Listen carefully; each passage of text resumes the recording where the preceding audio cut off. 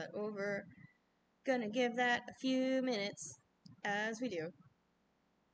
Good morning, good morning. I hope everybody's doing well. Let me see. Yeah, there we go. All right, I see that. I see this. Perfect. Do I hear noise this time? I do. Look at that. We learn from our mistakes. We grow. Wow. All right, I'm gonna give that a few minutes to pop on, give people a chance to hop in. I hope everybody's doing well though. In the meantime, we are in what month? It's July. I keep forgetting what month it is. So definitely there's a lot going on right now in matter of birds, because that's the thing that we're all interested in. Hummingbirds are really starting to pick up for a lot of people, and the weather is definitely hotter. So you're going to be changing that nectar almost every day, every other day. So keep an eye on that. If you haven't had much activity, potentially could be some of that. It could just be a matter of location and what their focus is, but definitely keep up with it. July through September is usually when they get really busy, at least from what I've seen and what I've heard from customers over the past few years as well too. We are also getting into molting season, so if you have birds that look a little questionable, maybe they look like they're very frumpy, like they just woke up out of the wrong side of bed, they don't know what's going on. If it's a cardinal, they might be completely bald. That's very normal right now this time of year. They're molting, so they're losing a lot of feathers to replace it with new ones for the winter season. So anything with good proteins are great for this time of year. We do have a supplemental blend called Feather Pro right now as well, in case you want to help give them a little bit more support there as well too.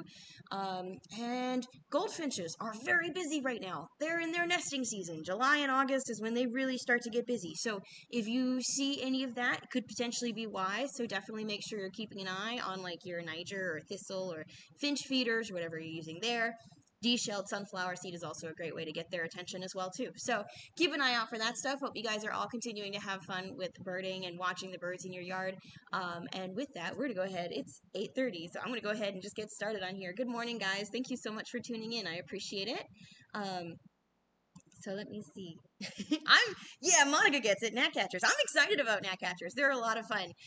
So good morning, everyone. My name is Jolene. I'm a certified songbird feeding specialist with Wild Birds Unlimited of Concord, and that doesn't really apply right now because basically we're talking about the birds that are in our area that may not show up at the feeders, but I hear all the time. So I wanted to bring some attention to these little guys. So if you guys have any questions during the presentation, right, definitely feel free to drop a comment. I'll try and pay attention where I can. If I don't see it during the presentation, I will definitely get to it afterwards. But we're going to go ahead and just get started with them as well too. So these birds are extremely tiny and a lot of fun. They are in the family Sylviidae, which includes a lot of old world warblers, which is basically anything in like the eastern hemisphere versus the western hemisphere, which is where we are, and gnatcatchers.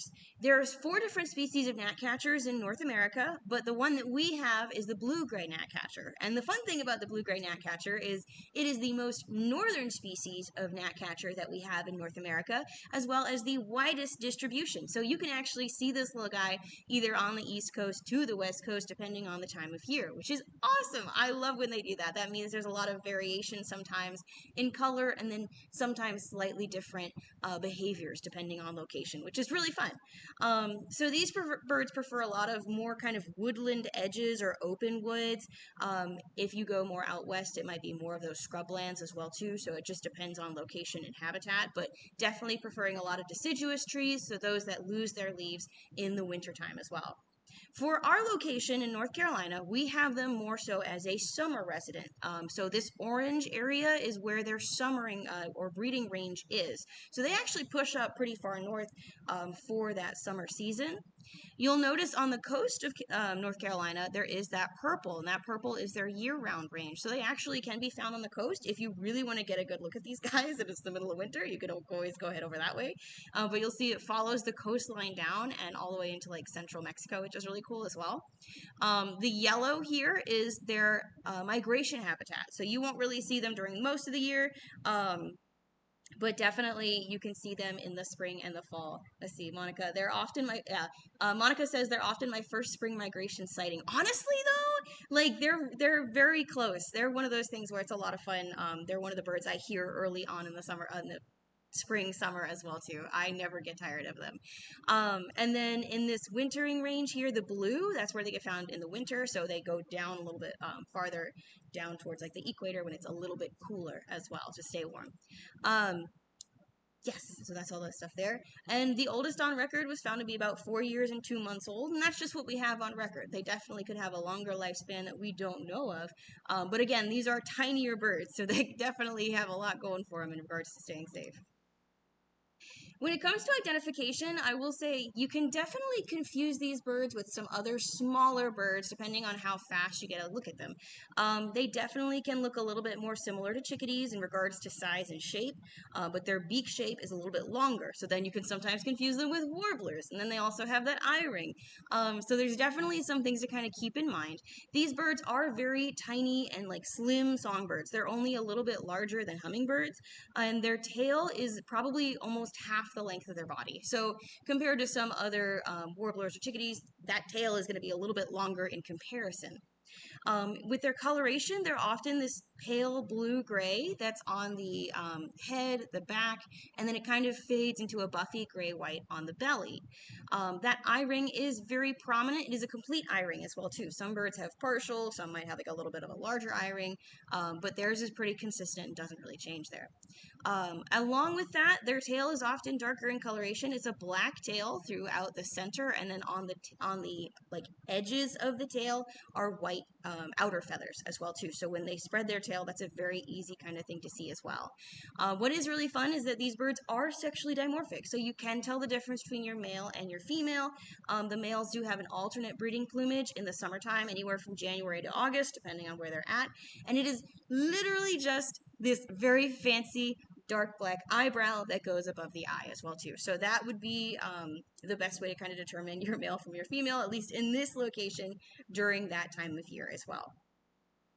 Now, something that is really fun is that a lot of people have compared these birds a little bit to northern mockingbirds. So while they are nowhere near the same size, they do both kind of have that kind of darker gray muted palette, but their songs are actually very interesting. They both kind of will mimic other birds around them. Blue-gray gnatcatchers have a tendency to mimic a little bit of the repertoire from birds that are in the area, so you can often hear that incorporated into their songs. Their songs are very high-pitched kind of buzzing notes. They're very short, but they can kind of ramble on for a little bit longer as well too. So I'm going to be sorry. I'll apologize for this because volume mixing has never been good. So hopefully you can hear this without it being too crazy. But essentially, when these guys sing, it's very short notes in succession as well too.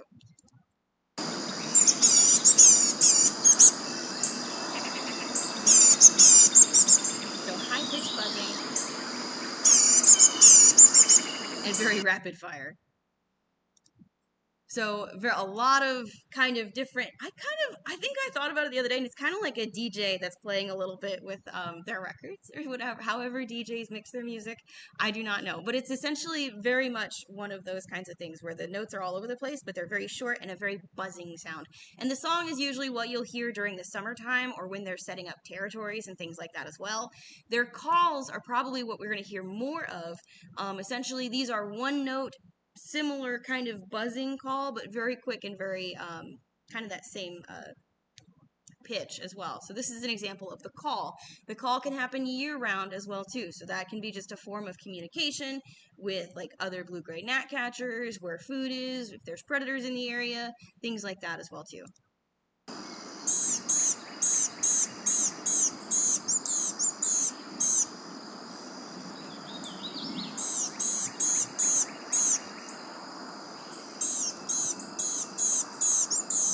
And again, very short.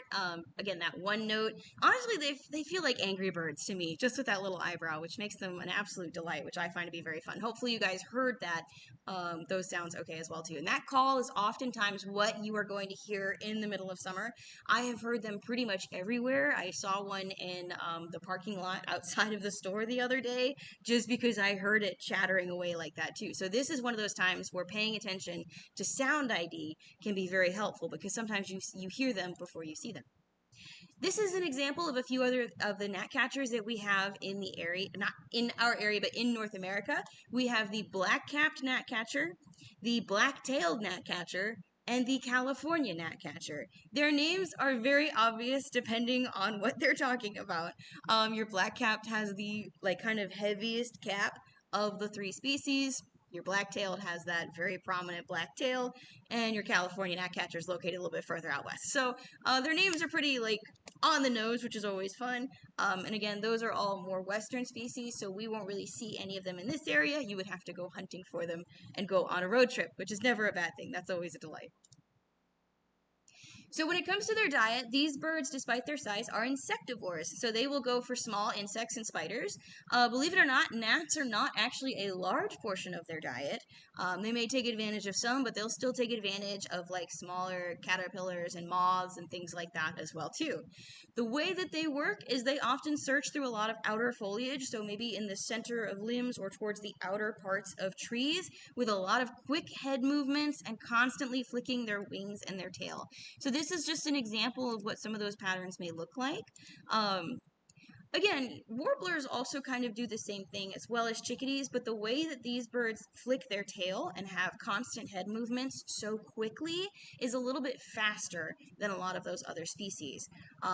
Honestly, the way they flick their tail, sometimes wrens do the same thing, so you can sometimes confuse it with that, but of course they also forage in different habitats and different strategies as well. So this is just another example of that movement, a little bit slower. So you may not always see the tail going. Let me make sure I got that. Well, yeah. But again, they're kind of constantly jumping from spot to spot. In this case, this one found something, which is always great. We love it when it's a successful endeavor. But again, they don't stay in the same place for long as well, too, which is a lot of fun. And those constant movements can be helpful. And again, if you're never sure about what you see, if it's a gnatcatcher or not, if you wait long enough, chances are you'll hear it start talking, because they're very good at that, and they do a lot of that chatter. Again, that long, slender bill is actually really good for probing into small crevices between pieces of bark on trees, so they can definitely get in there and get smaller insects if they need to. They can cling pretty well on the sides of like the trunks of trees and everything, but again, those kind of smaller branches are where they're focused on. While this isn't an example of the probing behavior, this is just an example of how they'll take care of prey that might be a little bit too large for them, or something about it they just don't like. So in this case, they will kind of smack it to incapacitate. This is just like a little caterpillar it essentially has. A lot of birds do this kind of behavior, but sometimes you don't always get to see it. So if they get any larger prey, such as moths or things that have wings that are a little bit larger than them, they'll kind of pluck the wings off before going for the food as well too.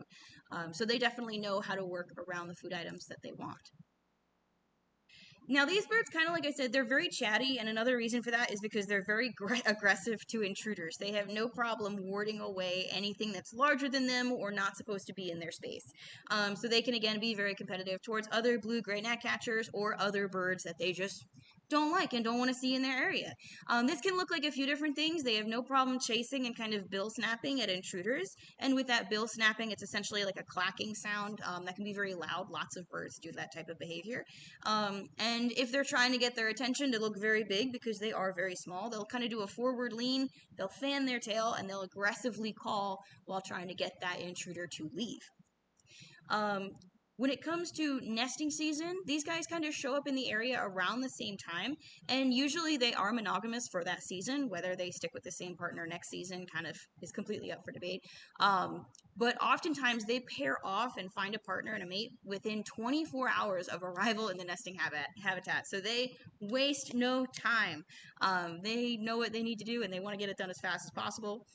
It is funny though, because they are so aggressive, the males will usually have a territory staked out, and when a potential female comes into that territory, he's usually ready to like fight her off, and then he goes, wait, no, you're supposed to check this out, my bad, yeah, take a look. And they'll often follow the female as she investigates through that territory. Sometimes with a lot of courtship, they'll usually open their bill and kind of wave their head around. Sometimes they'll have those begging behaviors like the fledglings sometimes do for courtship feeding and things like that as well. And once they've kind of paired off, the male often patrols that territory, continuing with song, while the female kind of accompanies as well too. So one thing that's really cool about these guys is their nesting strategy. It's very similar to hummingbirds in some way with the materials that they use. But of the birds that are here, these birds are one of the earliest nesting small insectivorous songbirds. So oftentimes a lot of other birds might wait a little bit longer before they start nesting, but these guys get there, they pair off, and they are ready to go and start nesting. The way it works and what they're looking for essentially is a nice branch, sometimes midway. We're gonna say this is a branch, right? So oftentimes they'll kind of focus somewhere midway along the branch, and they'll often saddle the nest right on top of the branch.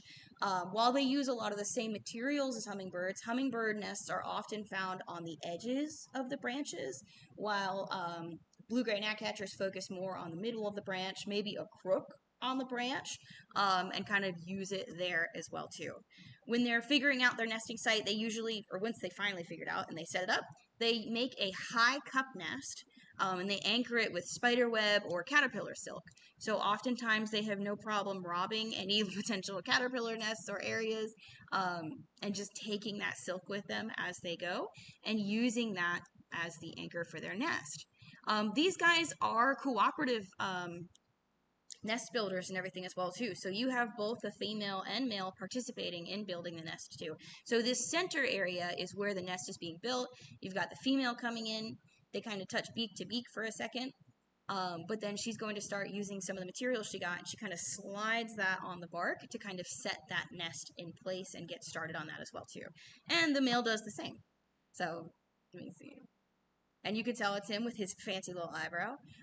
But yeah, he got a lot of silk there, which is really fun. So they will work together to build that nest, which is so cool because not all of them do that. They have different strategies, which is always fun.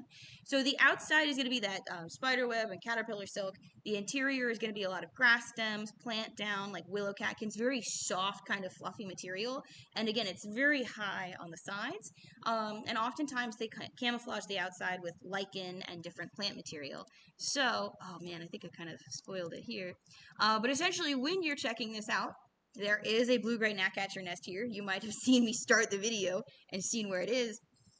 But just to show you how impressively camouflaged these are, you would not notice that would be a potential nest site right here until you finally see like the nestlings kind of pop their heads up and kind of take a look around too. So just like hummingbirds, very fantastic camouflage, and it's very interesting to kind of see these nests work.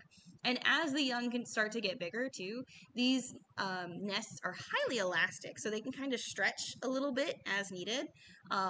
And that's some of the reasons that they're so tall. It's just because their babies get so big in that nest too, which is really funny. But yeah, different strategies for different things. Always very cool and entertaining to check out as well. So once they finish building the nest, they actually may delay laying the eggs for 5 to 10 days after they finish the nest. And that's often because they were so enthusiastic about getting started that they didn't wait for all of the food to become prevalent and available for them. So with any species of nesting songbirds, raptors, stuff like that, oftentimes they start nest and incubation right before a lot of food is available, so that by the time their young hatch, they've got the best chances of food, the best chances of survival, and it makes it easier for them to kind of manage all their kids, essentially. So an example of that, I talked about them earlier, goldfinches usually nest July and August. They don't get started like bluebirds do, which their range is like March through August, because a lot of the resources that goldfinches utilize are only available in like kind of mid to late summer, right? So a lot of the nesting material, a lot of the food resources don't start blooming or seeding until that time period. So that's why they nest then versus earlier.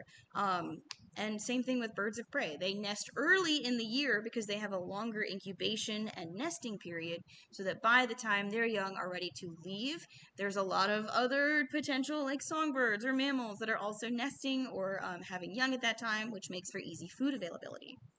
And these guys can have 1 to 2 broods.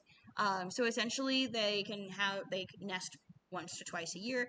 And if they have a second brood, they do not reuse the nest, right? Basically, they'll make another location for that second nesting period. However, they are fantastic recyclers. So the male is the only one that builds that second nest, and he'll usually take materials from that first nest once they're done using it and kind of use that to kind of help him along with the second nest as well too. If it has mites or there's some issue with it compromised, they won't utilize any of those resources because they know that's not going to be good for them.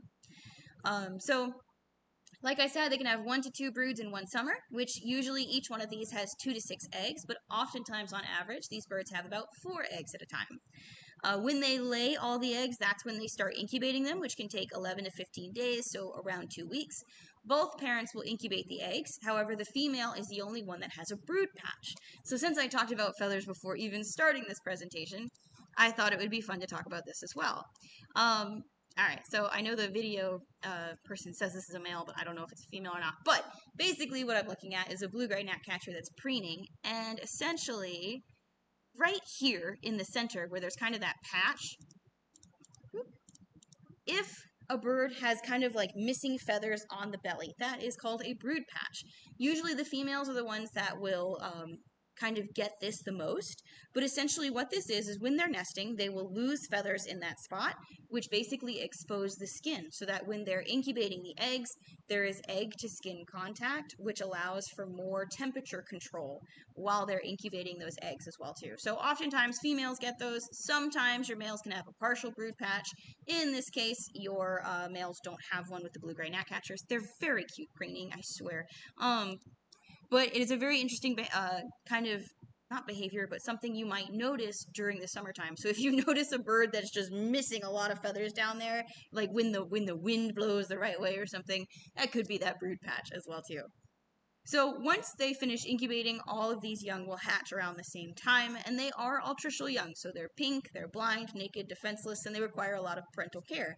Both the male and female work together on this one, and when they are eventually ready to fledge, which is around 10 to 15 days, they fledge sometimes a day apart. So you might have some leave the nest right away, you might have some leave the next day. But either way, once they have all fledged, they remain to be in a tight-knit group during that first week.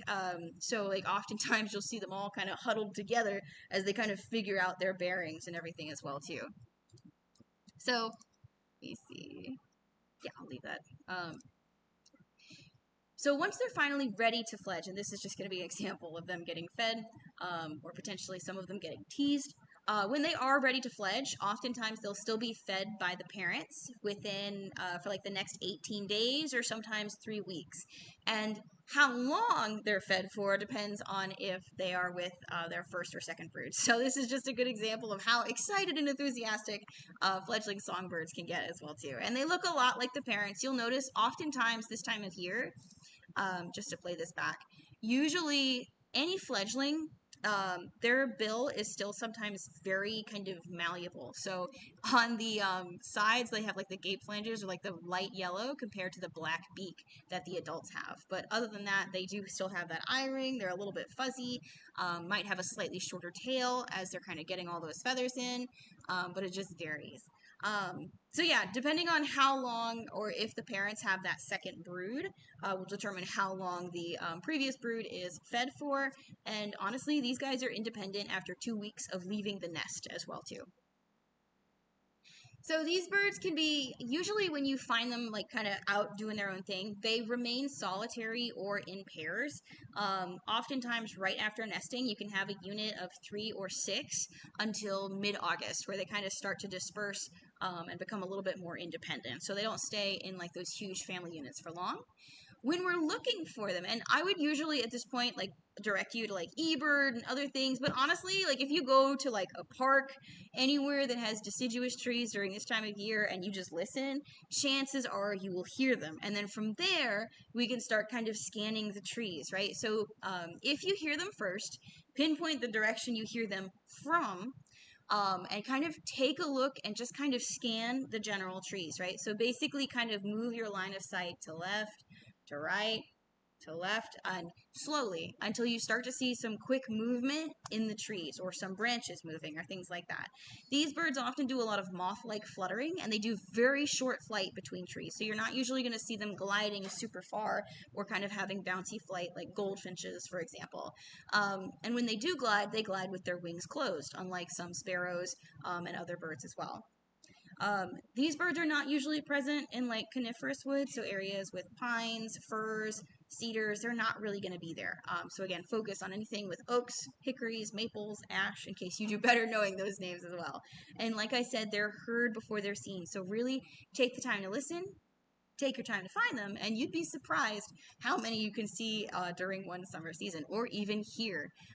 Again, they're one of my favorite summer birds. And one thing I will say too, I forgot to mention, oftentimes in the beginning of spring, I confuse the blue-gray gnatcatcher call with a chickadee begging call, because chickadees are often early season nesters as well, so you can have a lot of younger chickadees chatting away, while the blue-gray gnatcatcher can sometimes sound very similar as well too. So sometimes with that, it's not a bad thing to have Merlin ID with the sound ID to kind of help you out there as well too. So with that said, that's pretty much all I have to talk about blue-gray gnatcatchers today. Hopefully you learned something a little bit interesting about these birds. Some resources include allaboutbirds.org, which makes it easier and very palatable to kind of, or easily digestible information to learn more about species that are in our area. Macaulay Library is an awesome scientific archive that has photos, videos, sound, audio, that allows you to kind of learn more behaviors about these birds and things in general. And ebird.org is a great resource if you want to learn more about the birds in your general area, what's being sighted, who was here last, how long ago was it. That's a great resource there as well too. And a lot of the more scientific kind of information there was I got from Birds of the World as well too. But definitely Macaulay Library and All About Birds are great fun resources to check out as well too. If anybody happens to come into the store today, mention Gnatcatcher and you can get $5 off a purchase of $25 or more. It's only available in store today. You can do it through in-store or phone order as well too. And we'll be hosting a second viewing of this presentation in store at 11 in case you know somebody in the area that might want to check this out as well too. So but that said, thank you guys so much for joining me today. I hope you found that all interesting. We are still well within the midst of summer, which means there's a lot of different birds to enjoy. Blue-gray gnatcatchers, goldfinches, hummingbirds, tanagers if you're lucky. I've still got my wood thrush in my yard, which makes me very happy. So definitely a lot of fun stuff there as well too. So good morning. Thank you guys so much for joining me. Enjoy the rest of your weekend, and I will see you guys next month. Have a good one.